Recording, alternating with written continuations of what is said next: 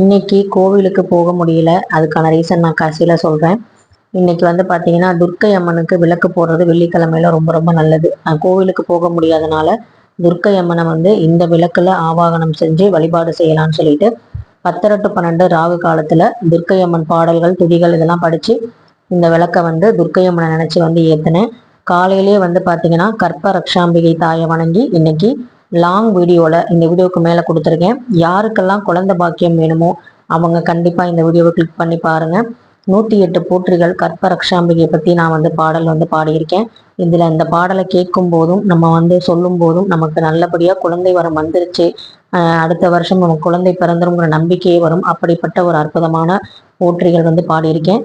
இந்த துர்க்கை அம்மனை வழிபடும் பொழுது வெள்ளிக்கிழமைகளில் ராகு கால நேரத்தில் நம்ம வந்து துர்க்கை அம்மனை மனசார வழிபாடு செஞ்சோம் அப்படின்னா நமக்கு இருக்கிற பிரச்சனைகள், நமக்கு இருக்கிற தடைகள் எல்லாம் நீங்கி நமக்கு வெற்றி வந்து சூடும் அப்படிங்கிறதுல எந்த சந்தேகமும் இல்லை. மாதுளம் பூ நிறத்தாழைக்கு இன்னைக்கு நெய்வேத்தியமா மாதுளம் பழம் வந்து வச்சு நான் வந்து நெய்வேத்தியம் பண்ணியிருந்தேன். என்கிட்ட துர்க்கையம்மன் போட்டோவோ இல்லை சிலைகளோ இல்லை. அதனால நான் வந்து விளக்குல ஆவாகனம் செஞ்சு செவ்வரளி மலர் சாற்றி போற்றிகள் சொல்லி நான் வந்து ராகுகால நேரத்துல பூஜை வந்து செஞ்சேன். உங்களுக்கும் வந்து துர்க்கையம்மனை பிடிக்கும் அப்படின்னா கமெண்ட் செக்ஷன்ல ஓம் துர்க்கையை போற்றி அப்படின்னு சொல்லுங்க. அதே மாதிரி மஞ்சள் குங்குமம் இருந்தால் இன்னைக்கு வந்து நம்ம வந்து வீட்டில் அர்ச்சனை பண்ணலாம்.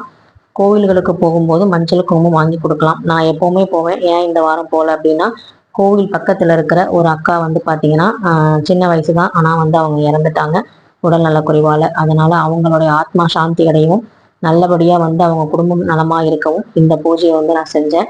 அவங்க தான் மனசில் வந்து ஓடிக்கிட்டே இருந்தாங்க. ஸோ எதுவுமே வந்து நமக்கு நிரந்தரம் இல்லை. அதனால கடவுளை வந்து எந்த அளவுக்கு நம்ம வணங்கி இனிமே வந்து நமக்கு பிறப்பே இருக்கக்கூடாது அப்படிங்கிறத வந்து நல்லபடியாக வேண்டிக்கிட்டு நம்ம செஞ்ச பாவங்கள்லாம் கரைஞ்சு போகணும், நம்ம குடும்பங்கள் எல்லாம் நல்லா இருக்கணும்னு சொல்லி துர்க்கை அம்மனை வந்து இன்னைக்கு வேண்டிக்கிட்டேன். நீங்கள் துர்க்கை அம்மன் கோவிலுக்கு ராகுகால நேரத்தில் போவீங்களா அப்படின்னு கமெண்ட்ல சொல்லுங்க. உங்களுக்கு துர்க்கை அம்மனை பிடிக்கும் அப்படின்னா கண்டிப்பாக லைக் பண்ணுங்க. எனக்கு ரொம்ப ரொம்ப பிடிக்கும். நன்றி, வணக்கம்.